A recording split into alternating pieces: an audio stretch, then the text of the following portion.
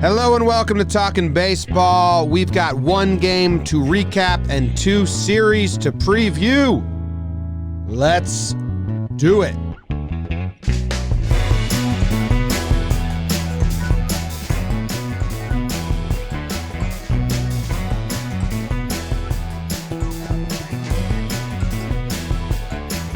Hello and welcome to Talkin Baseball. It's a fine Saturday morning, October 10th, day before Jake's birthday. We're coming to you live from the Roosevelt Studios in the Bronx. That's RSVLTS. Jake's here. I'm here. Trevor Plouffe's here. Bug Dude in the corner. We will be recapping Game 5 of the ALDS between the Yankees and the Rays, and then previewing the ALCS, Rays, Astros, and the NLCS, Braves, Dodgers. That's the show today. But first, I got to shout out the patrons that are supporting us. This episode is brought to you by Magale Silveira. No way I got that right, Mag. Sorry. Jared Brennett, Gabe Faulkner, Eric Terranova, Kyle Muldoon, Sean Wardell, and Adam Holly. Thank you very much to those people. Patreon.com/JomboyMedia. You get in the live chat, you get to hang out with us, have some fun. Trev, how you doing? I don't know how to act right now. I'm trying to hold it back. I understand it's a tough day for Yankees fans. Hold what back? Do what you got to do. Thank you. I do want to celebrate a little bit. I think we'll get into the game. But I had a good night. Lakers lost. I'll take you there. I'm with you on the losing side there. LeBron dished it out to Danny Green last night in the clutch moment. That's probably not what you want from your superstar, but everything else is great. I told you it's a gloomy morning. Fall is here. That makes me happy because it's been 100 Fall degrees is here every day, and now it's not, and I'm happy.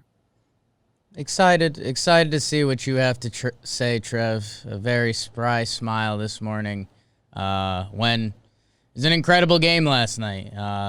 As good of a story as it gets for the Rays. Brasso gets the redemption. Game 5, 1-1 through 8. The Rays come through and do it. Obviously sucks as a Yankees fan. Opens up all sorts of questions for the offseason and all of that, and we tip of the iceberg doing that, but hell of a baseball series. Rays, couple good teams. Rays were a little bit better. Rays are a problem. They're pesky as fuck. When they went to Anderson, like them, the Rays going Glass now and him performing the way he did is incredibly impressive, and then going to Anderson that early was a killer. Like, it's the guy the Yankees got. Well, Judge got him, but barely. But I'm just saying, going to the bullpen that early, like, that's exactly what they wanted. If Glasnow gave them exactly what they needed to get to Anderson early, and then Fairbanks after him, then Castillo ended it. Like, they used their four best pitchers. They used their four best pitchers, and those guys are so good. So that sucks. Yeah, I mean, you can't really knock Garrett Cole either. He gave up one hit. I know. They put two balls over the wall, but Gardner snatched one. But he gave up one hit. Yankees used their three best pitchers, Colbert and Chapman. Yeah, Chapman. It was as good of a baseball game as you're going to get in the playoffs. Elimination game, I said on my Twitter yesterday, I'm like, everybody was throwing 100 miles an hour. The only runs were scored on homers. This is baseball in 2020, and it was fucking awesome. Yeah. Sometimes those ingredients don't make something tasty, but last night, it was incredible. It was, it was crazy. As soon as they showed the replay of Brasso and the pitch to the head, I was like, oh, no. And then he was 0-2, and Chapman I think the sequencing was really bad by Chapman. He got himself into a hole once he went to 3-2 because Brasso then was on the slider, and then he was on the fastball. And then it's like, well, what do you throw now? He shook off Gary wanted to double up on the slider after the hard foul ball. I thought that would have been a good move to dirt a slider or put a slider like a little less in the zone after he barreled up the slider. Once you went back to the fastball, it was like that fastball that Brasso fouled right back to then give him that pitch right again is crazy to me. But like I'm not trying to take anything away from Brasso. He was fucking locked in, so it was hard for Chapman to figure it out. But yeah, it was crazy. That at bat is nuts. I'm gonna do a breakdown on it, but it's gonna be one of those at bats. Longoria's homer to put him in the wild card game. You see that all the time. That at bat's gonna be played for a long time. Because not only, it's a game clinching, series kind of clinching homer. Obviously, wasn't a walk off, but they put him ahead, and then it was just the storyline of it. It was Brasso, an undrafted dude that the Rays developed to mash lefties. They did it. They developed him for one freaking reason, to put good at bats up against a lefty, and he didn't even start the game. Comes in, faces big bad Aroldis Chapman, who is the king of all relievers in baseball. I don't think he's king of shit anymore. I know, but with the storyline, he kind of is, man. He's one of the most talented. Yankees at those 100. He's one of the most talented baseball players ever. He's got the fastest pitches ever. Cuban missile, all of that. The at bat, was it 10 pitches? It ended up being 10 pitch. 10 pitches, and to get 0-2, like you said, start off, and then to work it, and then finally, he didn't get that ball. He didn't get extended. Got the barrel just enough on that thing, because he caught that a little deep. And man, just barely. All those homers. I think Judge's was legit. It was out, but the rest of the homers were just, including the one Gardner robbed, right there. Yeah, 6 inches over the freaking wall. And that's the thing that's crazy. It's baseball, and it comes down to those little things. Chapman's 0-2 pitch. I don't know if you remember this, Trev. He threw the splitter he started throwing that basically is a 87-mile-per-hour knuckleball. That was right on the outside edge that was getting called all night. And who knows what the story is now. Obviously not playing the umpire card. The Yankees got a couple good calls in big situations. The Rays got a couple too. I don't think the umpires were really a factor. So kudos to whoever was behind the plate. We don't really go there normally. I do think what it comes down to is this Rays organization is a deeper team. And when a series is this tight, it can come down to those little things, and sometimes the little things aren't little things. Mike Brasso, like you said, Trev, he destroys lefties. He had a 939 OPS this year in 36 games. Another guy that it's like, what? On your favorite team, you'd want this guy in the lineup every day in the middle of the lineup. The Rays have the option to platoon him because he hits 1.121 versus lefties this year, OPS. He's an MVP level hitter against lefties. And so let's think about that. Mike Brasso comes off the bench, faces Zach Britt and Aroldis Chapman, obviously hits the game winner against Chapman. And then a move that's going to get overanalyzed in Yankees land because it's again, not why they lost the game, but the Yankees go to their bench and it's Mike Ford, who's got an OPS in the 5s and doesn't have a hit since August. So if, when a game comes down to it, tied deciding game 5, the Rays put in a sub, he won the game. The Yanks put in a sub that had a loser at bat from the start. And, it's one of those weird, how could the Yankees put him in that situation?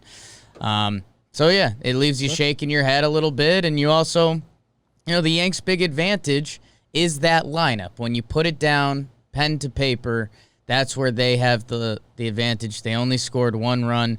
And we had to fend off Yankee fans all night that are saying these guys suck.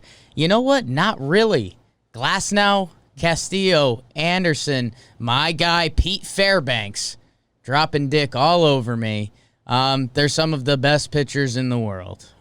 So kudos to the Rays. Yanks had a couple errors. They didn't hurt them, but maybe they did when we're eyeing pitch counts and the Yanks only have 3.5 pitchers they could go to in this game. Who knows how that changes the formula? Maybe Brasso comes up in a different spot. That's the sick game of baseball. So And, Gio Urshela hits one of the hardest Yankee balls of the game. The last batter, it almost goes through Joey Wendell's glove. It's a sick, beautiful sport. I don't know. Rays are good, man. Can I start asking you guys my questions? Because I got questions for you. Bring them. I got questions. We get I guess one. these are questions for Booney. We get one full veto if we think you're being too much of a cockroach. I won't be. I promise you I won't be. Because I do have respect for this Yankee team. They don't. I told you guys before the show, I almost came on with the trash bag over my head in a Yankees jersey, but they don't deserve that. They're a damn good team. The Twins, they did deserve that because they haven't won a playoff game since Moby Dick was a minnow. So, here's my questions to you. Number one, Garrett Cole. I know his pitch count was up there. You pay this guy a lot of money. He's the best pitcher in the world. I mean, him and DeGrom, I don't know. You'd pick one of the best pitchers in the world. You take him out because of Choi. Don't want him to face Choi. We also just gave up a home run. I don't. And he didn't look good towards the end. You don't think he looked good? I thought he looked pretty damn good. No, I was screaming to take him out after the Rosarena bomb. He gets careless, man, and one home run, and you have Britton and Chapman already. Like, I know, that's my thing. Is it didn't affect the game. They got to the people they wanted to, but to me, it's like, man, like he's your guy. 5 1/3. You got to take him out for Choi. I guess that's more credit to the Rays. Like they put these roadblocks. Choi's the best hitter of all time when he steps into the box against Garrett Cole, and you have a tie game, and you just got the scare of your life with that home run. If you're Garrett Cole, was he trying to stay in the game? Like I didn't seem like it. He was done. I think Garrett could have put up more fight if it was full blown sicko Garrett Cole. I mean, yeah, he gave up the home run to Meadows before that, and then a Rosarena hits one that would have been first row, and Gardy catches it. I think they were debating even giving him a Rosarena, and then when that was the result, you had Britton up. It's G-Man Choi, who's Garrett Cole's killer. I mean, sometimes you do have to live thinking about, okay, what happens this at bat? If G-Man were to clip Garrett Cole, I mean, we'd be sitting here saying, how can you let him see him a third time? You have Zach Britton up. So no, I think it was the right move. I mean, the problem was earlier, and hey, maybe you can link it to some of these errors in a couple at bats. Was it the inning before, Jim? I'm trying to think of the sequence. There was two guys that had I think it was Wendell and Adames had a 10 pitch and an 8 pitch at bat. That was the fourth inning. It was Diaz and Wendell. And I mean that's kind of what we talked about coming into the game with Cole on the pitch limit and the Yankees limited bullpen. Something like that's very impactful. You just took Garrett Cole from potentially 6.1 down to 5.1, and now we're doing all of these conversations. Yeah, so if he's at 70 pitches, you're leaving him in? I don't even look at it there. I don't even look at it there. My thing is he only faced 4 batters in that fourth inning, and he got ground out, error, fly ball, strikeout. So technically 4 outs, but they made him throw 28 pitches. They were on him. Like, I don't think he was fooling bats anymore. I think they were starting to foul off whatever they wanted to foul off, and then everyone's searching Homer, so he ran into some outs. But I thought it was after the Rosarena scare. And that was the last 3 batters, 2 of them had put one over the wall. I thought it was time to get him out of there. He's on 3 days rest, so it's not like first time ever. It's not like you have full call, you know what I mean? And you had Britton ready to go. That was a good start for it. Yeah. Pre-game, you would have been like 5 1/3, one run. Yeah. It was just strange to me. Like I was like, man, just thinking about that. Like I get all the stats and I get the pitch count, I get everything, but just thinking about fucking big bad Garrett Cole. Dude, I didn't even realize it was Choi coming up like last night on the stream because that home run was so scary, and he gave up the home run earlier and he was battling. So even if it wasn't Choi coming up, I still would have been fine taking him out there.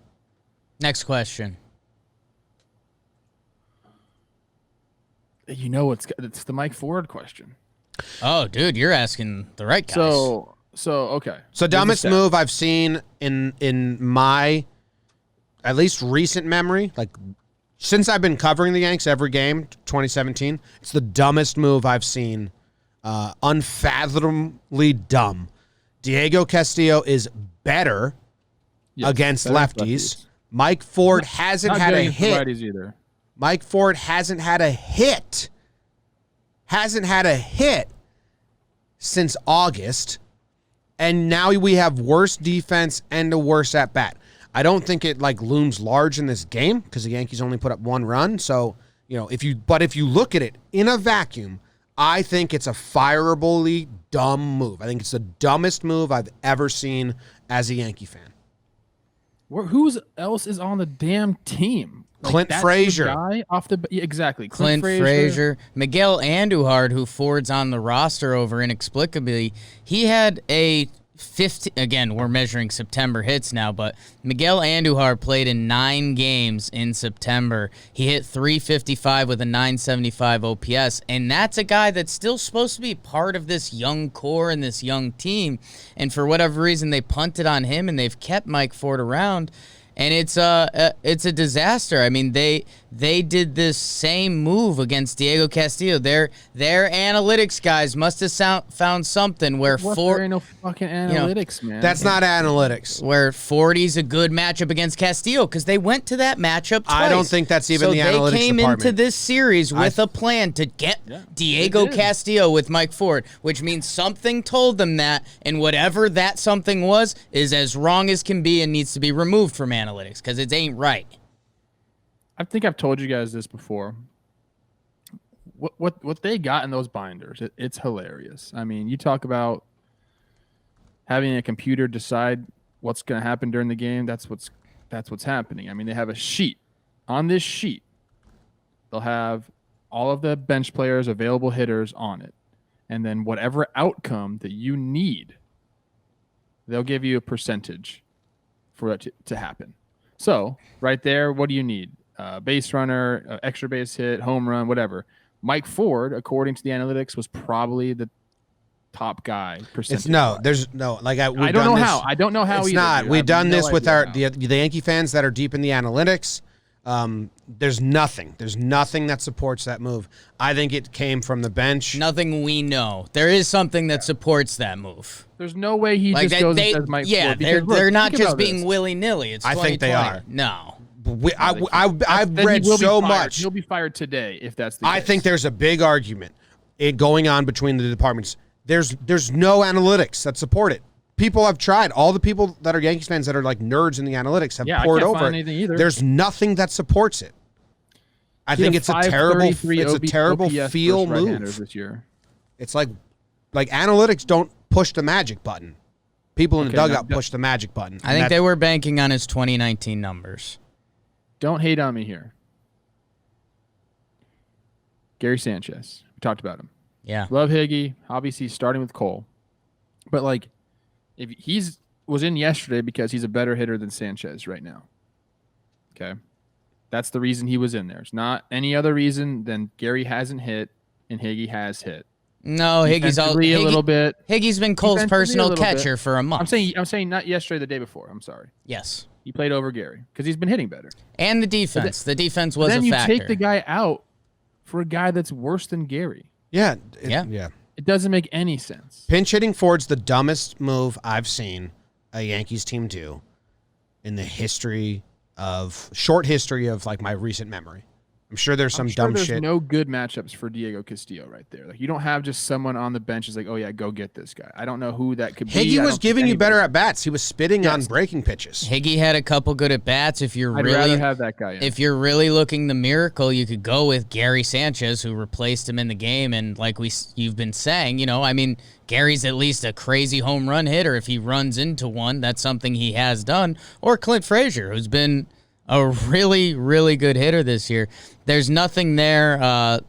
Ford was a good pinch hitter last year. I think they probably believe in that a little bit. Maybe they do think that's a skill of sorts. But it's terrible. I mean, the guy shouldn't have even been in the roster. And it sucks that I feel bad for Mike Ford that we're even talking about him because he shouldn't even be in that situation, and it's not why the Yankees lost. I mean, they scored one run. That includes, LeMahieu, Stanton, Voit, all the guys, Glaber. So it shouldn't have to come down to that, and it really didn't. I mean, just absolutely. You should see the reaction. I should probably find the reaction and put the game feed. When they show, I was like singing Dracula's Lamnet as a superstition. Trying to spark it. And then they showed Ford's face, and I screamed like a person in a horror movie, like, oh, what the fuck? I think I really did. It's like, but it was genuine. Yeah. It was like, whoa. We were trying to build as much energy and momentum as we could, and that, popped the balloon pretty hard. And then he takes strike 3 and acts like it's a ball, and it's like... Yeah, there we're going on pinch hitting numbers. Technically, as a pinch hitter this year, he had a 500 OBP, and last year he had a 1.0 OPS. So they think Mike Ford is a good pinch hitter. Last thing I'll say on the Yankees, because I think we should probably talk a little bit about the Rays. DJ LeMahieu ends up hitting 281 with a 615 OPS in the playoffs. Aaron Judge, 133 with a 662. Gio Urshela, 179, 512. Like, some of the bigger bats didn't show up. Stanton showed up. I think you got to give some love to him. Hicks showed up in the playoffs. Got to give some love to him. Not last night. But, they're all coming back except for DJ. And is he priority number one? Or is, maybe some bench pieces priority number one? It's a long combo, Trev, that I don't think we can fully do today and we can do in the offseason. I think our elevator speech on it is that everything we've heard is that the Yankees aren't going to have a big offseason, that, COVID affected the Steinburners, that the Yankees are their family business. We don't know. Again, I don't know how rich people operate, but I'm guessing they have a finance person that says, their 5-year plan, and, they were expecting to make $200 million this year, and instead they probably lost $200 million. So are they going to give Cashman the leash? Are they going to say you get this? Are they going to say you get nothing? Because Tanaka's a free agent. DJ, those are the two big ones. Paxton seemed like he was on the way out. Couple other things. But Tanaka and DJ, Tanaka's been a lifetime Yankee. He's beloved here. He's like an international star of sorts, that he's kind of a New Yorker bus guy. DJ says he's loved it here. All these guys say these quotes, but there's a little more attached to that. It's going to come down to money, and I don't know if they have it. We're prepping Yankee fans to lose both of them, which I think that blows Yankee fans' minds. Like, we're the Yankees, and it's like, well, guess what? Things have changed since, the 90s. Like, we don't go out and just sign every guy. That's kind of why nobody in baseball has repeated as a champion in the past 20 years or whatever. Like, it's tough, and they've made rules to balance these things. So they very well could be gone. It's a hell of a team. They put together a hell of a team. Yeah, the Yankees have a lot of questions, but we can move on. Glaber's not a long-term shortstop. They currently don't have a starting catcher. They might lose DJ, and they don't have pitching depth or bullpen depth. So, and Rays, and they only have 2 more years of Judge, and 2 more years of Gary, and the window's closing, and a lot more windows are opening around the league. So, Yankees blew it, 18, 19, 20. That was their 3-year window when they were one of the top teams, and the rest of the league wasn't there. There was a very top-heavy selection of teams in the AL. It's not that way anymore. A lot of teams are getting better and getting into the picture, so they're still going to be good, but their easiest path was the last 3 years, and they blew it all 3 years. Rays pitching, incredible. Austin Meadows, a friend of the pod. Garrett Cole made one mistake. Austin Meadows put it out of the ballpark, so good for him. Aroldis Chapman couldn't get Pi Brasso. That's the difference. And hey, we're talking about depth, and Trev, you actually said this on the pregame show. What if this game is tied going into the 5th, 6th inning or so? Talk about a flex by the Rays. They send Diego Castillo out for a 2nd inning. And who's up in the pen? It's Snell and Morton, a little double barrel coming at you. While the Yankees are over here like, can Chad Green go? Like, in that, again, shows you at the end of this 5-game set, these teams both emptied the chips, and that's where we landed. Good for the Rays. I thought that was such an amazing shot when they showed those two guys at the end of the game warming up. Like, guys that, these are very, very good pitchers. I thought Cash crushed it. He did. He's got to be looking back at this game and be like, that we planned that and it worked out perfectly. Everything we planned worked out perfectly. Problem is the Yanks are probably saying the same thing. Yeah, 2-1, man. Fuck. That's the sick 3 part. solo home runs. Yeah. Baseball. All right. Moving on. Rays advance to the American League Championship Series against the Astros. The Astros eliminated the Rays last year in a 5-game series in the DS. Now they'll go for a 7-game set. All 7 games are in a row, and it starts tomorrow. 1-day rest. Have we had any announcements? Again in a row? Yeah. Yeah. That's why I was saying this stretch is brutal if you don't have pitching depth. It's brutal. The Rays are made for this.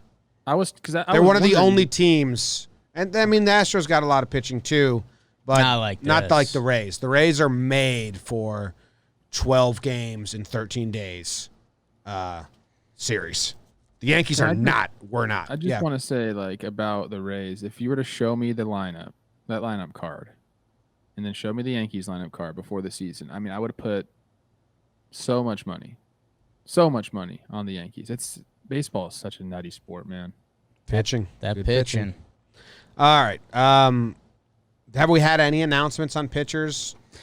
I'm trying to look now. I mean, you have to. I'd assume Snell for the Rays. It's Snell or Morton. I mean, they just pitch Glass now.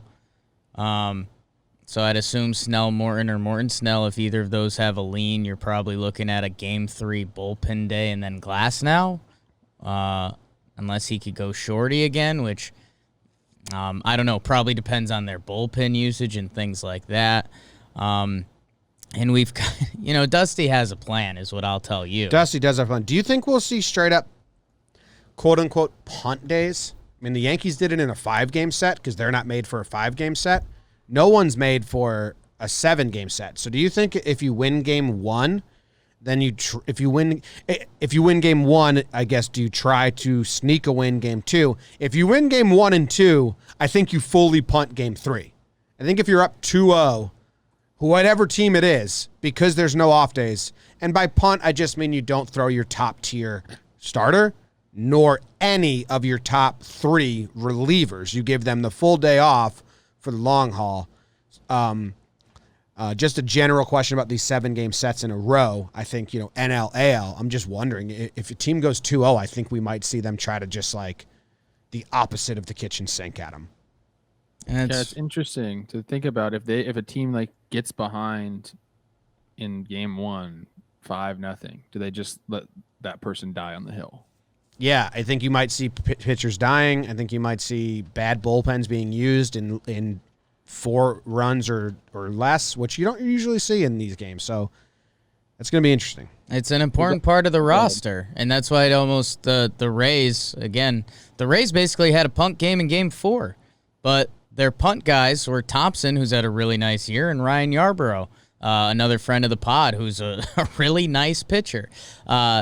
So, yeah, I mean, I think you're going to see that, if teams do go up 2-0 or maybe 3-1 and everyone's gassed, like, yeah, absolutely.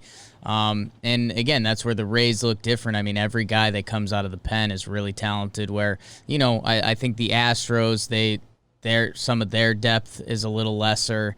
So if they go up, you could see a couple guys die on the mound, and that is an important role in these 2020 playoffs. I saw a trade tree that was pretty funny. Close to home for me. Delman Young. Rays legend, Delman Young. 1-1. We love him. Friend of the pod. Gets traded for Matt Garza from the Twins. Matt Garza gets traded to the Cubs for Chris Archer. Chris Archer gets traded for Austin Meadows, Tyler Glasnow. Wow. Pretty good trade tree. Pretty good job. Delman Young. And Arch had great years in Tampa, and Garza had great years in Tampa, and Delman had great years in Tampa, and they just they know when to ship out talent, man, and just recoup. It's what they do. They good. I think the Rays will take this one. Greinke being out hurts them. I mean, if the Astros can bang their way through these pitching, I think it'll maybe, I would say Rays in 6, Rays in 5. Is he out? Greinke's out? Probably not, but he's not Zach Greinke. Yeah. He's a different version of himself. And the Rays bullpen and the Rays pitching ain't the A's, which I was never really that fond of from the beginning of the postseason. So it'll be the hardest task, much like how I don't think the Braves pitching has been really put to the test, and now they're facing the Dodgers. I don't think the Astros bats have really been put to the test, and now they're facing the Rays. So I think the Rays and the Dodgers are my favorites here. In this CS, it'll be about how the pitching goes, but like Jake said, the Rays are just really deep, man. Really deep. Their pitching and their hitting approach is just pesky. They seem to play the percentages, Trev. I mean, you played with them, so you were there when a lot of this staff was there. They seem to jump early, like a Rosarena jumping that curveball. That had to be a plan. Like, hey, someone had to get in his head, or he got in his own head. I think he's probably going to open you up curveball. Jump it, because he was all over it. And that's what Kiermaier said about when he hit the home run on the curve. He was like, yeah, the odds were he was going to open me up curveball, so I was jumping it. Like, it just seems like they choose their timing really well. I don't know if it's so much as like a difference in how they approach, their hitters meetings. I think every team has the information there. And I told you guys this from day one. What they really do well there is they just make guys feel like you feel. I can't even think of the right word. The phrase I've been using is they put their guys in a position to succeed, like Mike Brasso, it's that too, but it's more like they make you feel like a stud. Like no matter who you are, like everyone there, the T levels are very high, and I don't have the numbers. I got to assume they're a pretty young team, whether that has something to do with it or not. Like they are not scared of anybody. They're very confident. Sometimes it's like maybe they shouldn't be so confident, but it doesn't matter. Like that's the way they're going to think. And I think organization wide, it's just a bunch of dudes who are just like, fuck it. Like, Rousseau was saying like, no, like this is the only organization that I could have had success in. Like they believed in me. Nobody else believed in me. I was undrafted. Choi says the same thing. It's like, they just make you feel like it's almost like the Patriots.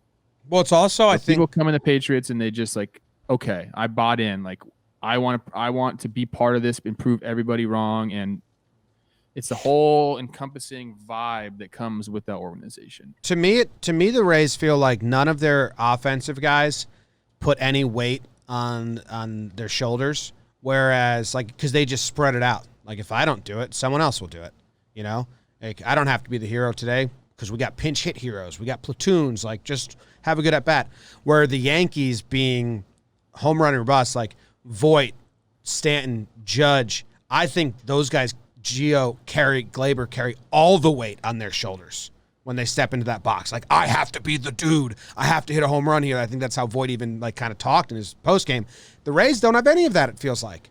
I'll just have a good at bat, because if not, guy behind me will have it.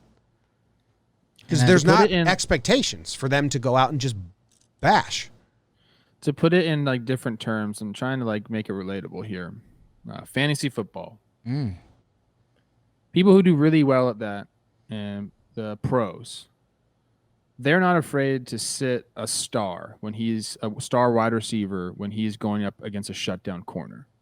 They're not afraid to sit a running back when he's going up against a stout defensive line and one of the offensive linemen is out. They play the matchups. Like if you have a lesser guy, but he's got a better matchup, like the guys that win in fantasy football, they can make those moves. That's just kind of how the Rays approach everything.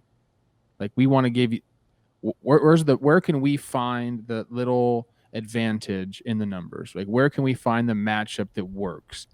No egos. Everybody's here. We're all here to do our own job. That's why I say they're like the Patriots, because that's kind of the demeanor that all those guys, when you talk to them after the game, it's like we're all in it together. We have a plan, and we stuck to the plan. Like that's the mindset in the Rays clubhouse.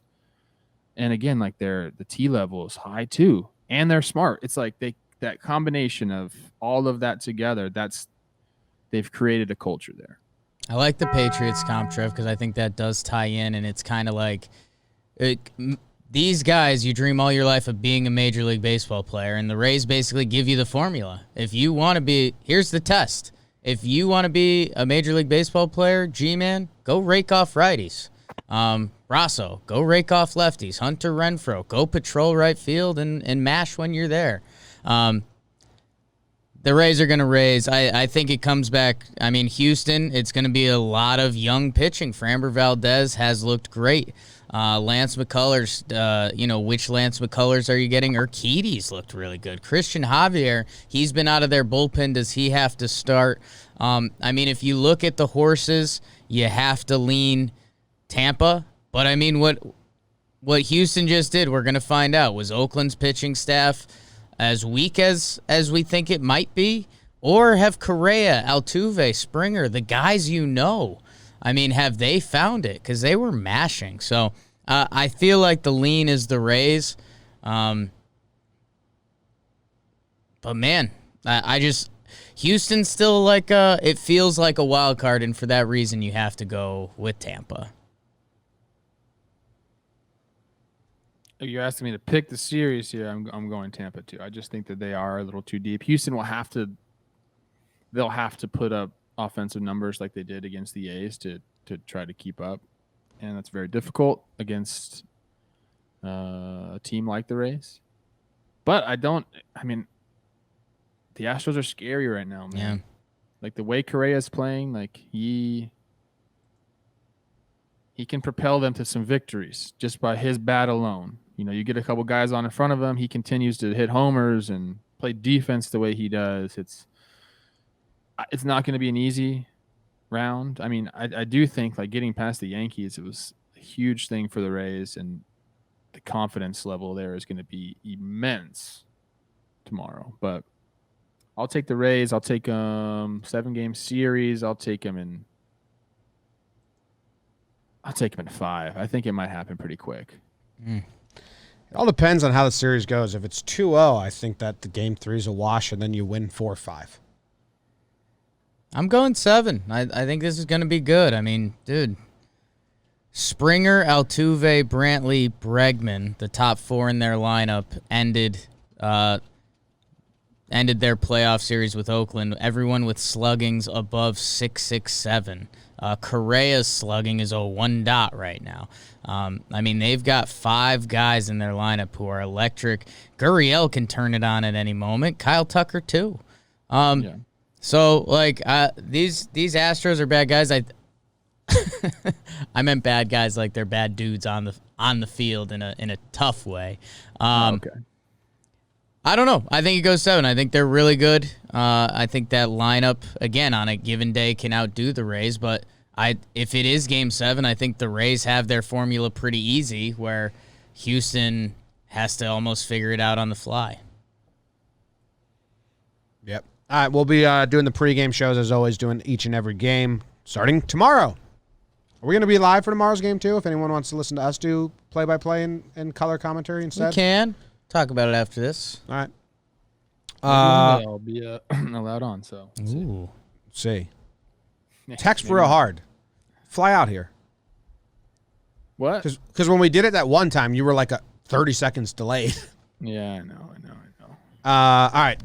Series number 2, the National League. You have the Braves versus the Dodgers. The Dodgers have yawned their way to the ALCS. The Braves swept the Marlins and got there in 3. The Braves pitching looks better than anyone expected. Ian Anderson's the real deal. Kyle Wright had a really good start. I don't know. Ian Anderson looks good. Kyle Wright, good start.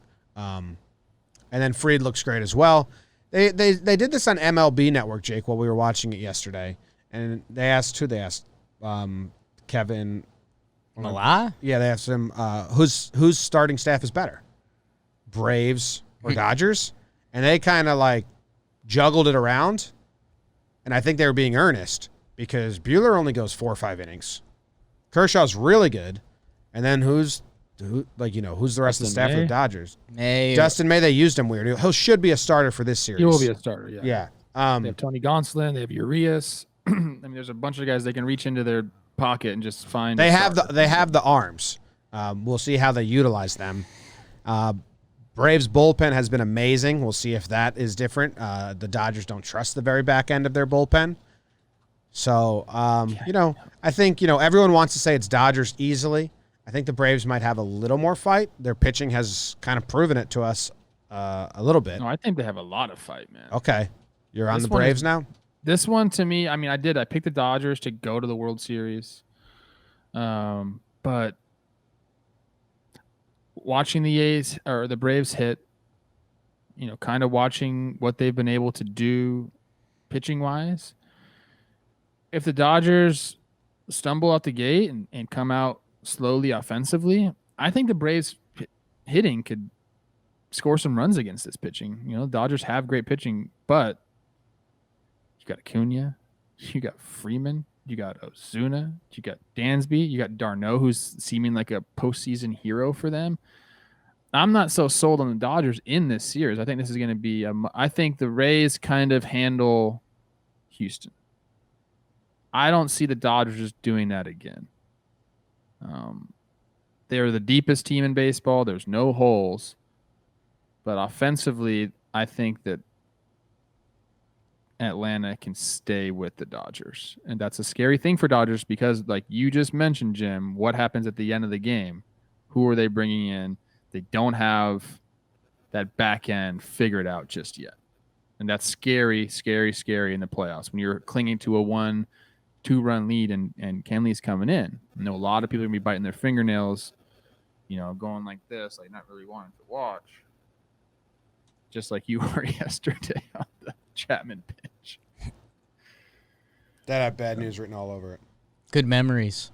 Yeah, we're gonna find out, man. Because everything you guys are saying is true. I mean, the Braves bullpen has been nasty. Their starting have been pretty nasty. It was also against the Reds, who were hitting was a disaster this season, and the Marlins lineup. Which, hey, put that on paper next to the Dodgers and let me know what you think. So I think the Braves pitching staff is in for a very different awakening, if that's what we want to call it. The Braves bullpen is awesome. I mean, they've got like 8 guys they trust and are like, a good number 2 reliever on your team. They've got like 8 of them, which is impactful. But again, we're playing 7 games in 7 days that I think, maybe the Braves can get a free day.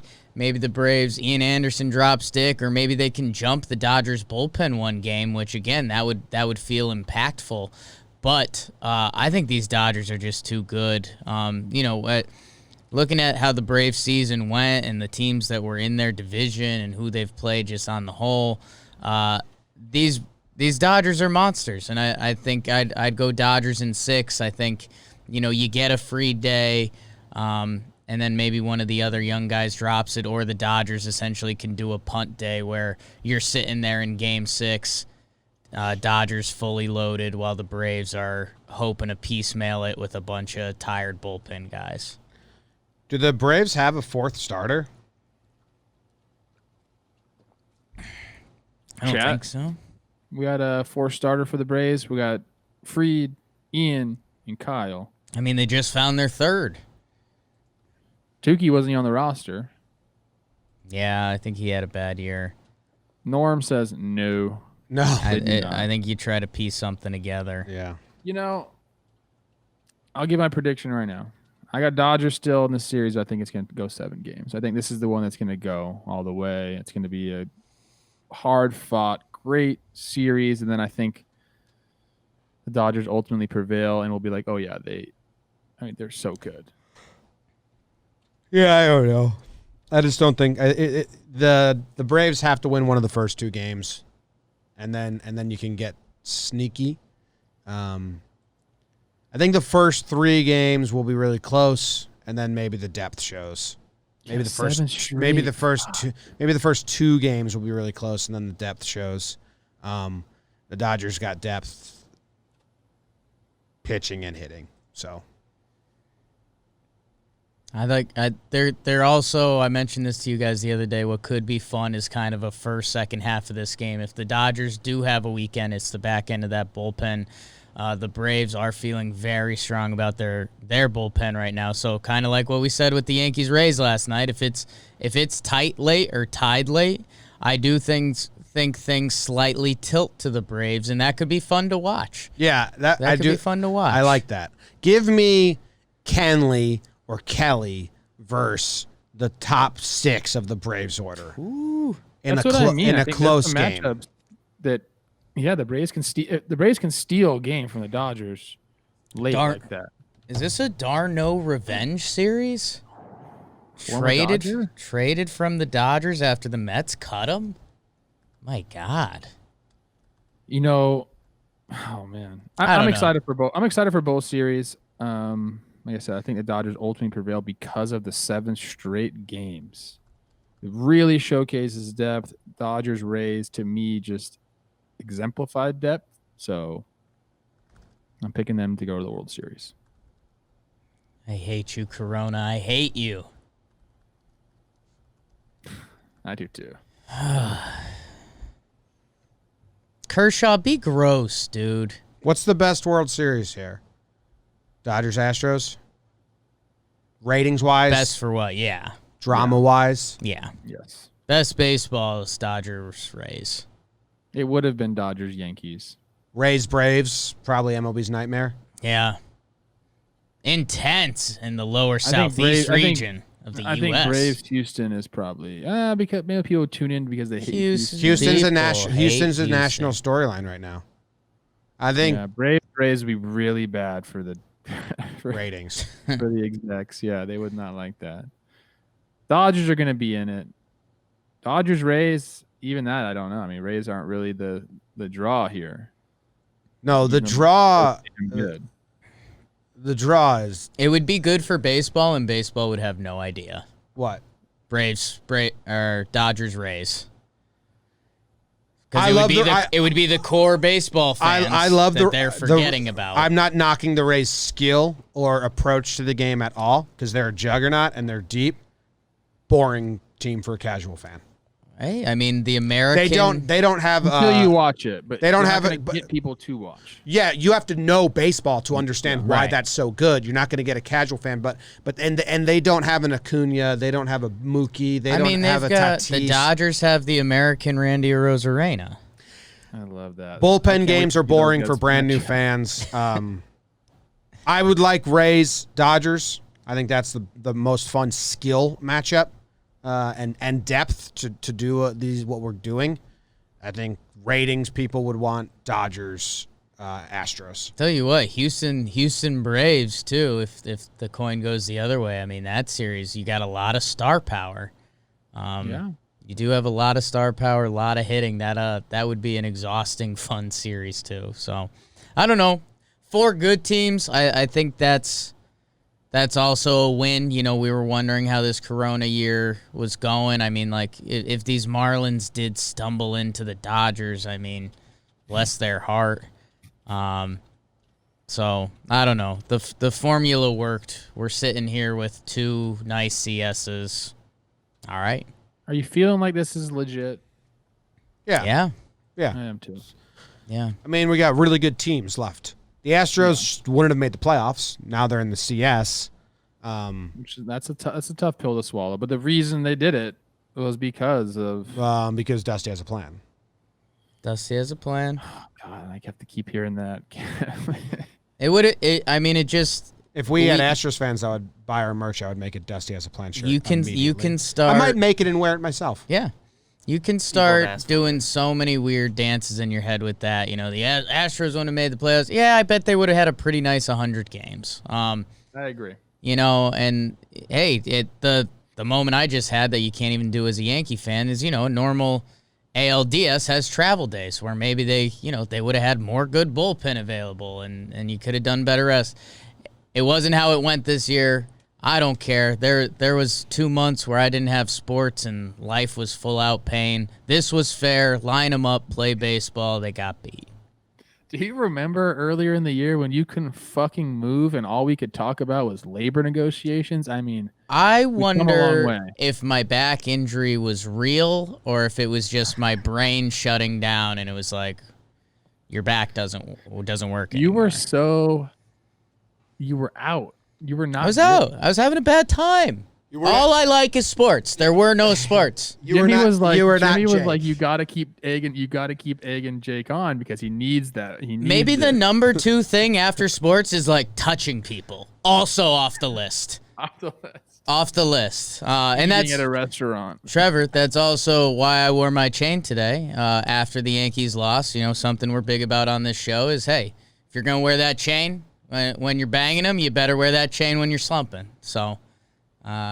Keep flipping your fucking bat. Yeah, just keep swinging, man. That's all I do. Not a lot of hits. I keep swinging. Now that you don't have the Yanks to keep tabs on, if we don't get a Jeff Passion fragrance commercial within the next few days, I'll be teaser. He reached out. Did you give him my number? He texted me, and he said, "So, little teaser. Jeff Passan's a fan." He said, in quotes, he goes, "Future Red Sox Mike Brasso made me laugh." And I was like, yeah, I mean, I've been on that for day one. He's like, "Hey, sorry, man. Rough one. Hope you're okay." I was like, "Yeah, tough one. Maybe send a hey, how are you to Jomboy because he's got a city that hates him for no reason, really." So you really do. Passan's a good guy. New York kind of hates me. I get all sorts of Yankee people talking shit to me. Oh, come here and mine isn't bang sports. My wife. Mine isn't sports shit talking. I can handle that. Like I was talking to someone yesterday because I was like, dude, cut it out. He was like, it's just baseball. I said, no, it's not. Like, no, it's not for these people. I mean, I've had some pretty. I can't imagine. You've definitely got it worse than me. The Yankee fans are pretty ruthless as well. They like to say a lot of things. Yeah, people suck. I've said some things to you. We'll be back tomorrow to pregame these games, find out what the starters are and availabilities and all that. I thought this was the preview. Pregame show tomorrow. Oh, this is the whole series. I'm in. Fucking, let's do it. We got to make our picks, over-unders, homer draft, all that stuff. Pregame show. All right, let's do it. Are you free? Of course I'm free, bro. I think we're going to push. I don't think we're going to do it at 11 a.m. I think we're going to push it way back. Yeah, maybe we do it right leading up to the game or something. Yeah, like when we do Talkin' Yanks pregame show usually. Yeah. All right. Thank you to everyone who's listening. We'll see you tomorrow. Goodbye. Go Rays. Go Rays. Let's go Braves. Mansplain pot. I'm terrified of them. Jesus.